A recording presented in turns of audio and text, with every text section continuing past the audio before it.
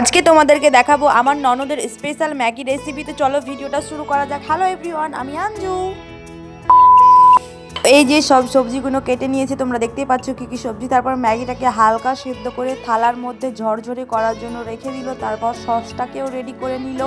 এরপরে কড়াই গরম করে কড়াইয়ে তেল দিয়ে তেলটা গরম হয়ে গেলে বাঁধাকপিগুলো দিয়ে দিবে। তারপর বাঁধাকপিগুলো ভাজা ভাজা করার পর ডিম দিয়ে পরপর সব কিছুই দিয়ে দিচ্ছিল। ম্যাগি মশলাও দিয়ে দিল, গাজরও দিয়ে দিল, শসা সব কিছুই দিয়ে দিল। এবার কিন্তু ম্যাগিগুলো দিয়ে দিবে।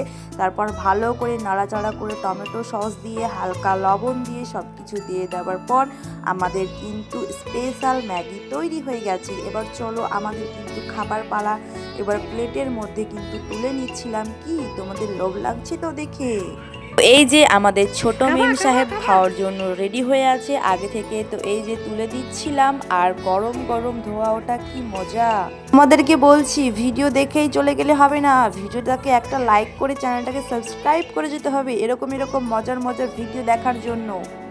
হ্যাঁ, কমেন্টও করে যেতে হবে যে তোমাদের এই রেসিপিটা কেমন লাগলো। তো তোমরা দেখতে পাচ্ছ আমাদের মেম সাহেব কিন্তু খাচ্ছে একা একা। পাচ্ছ না, খেতে পাচ্ছ না।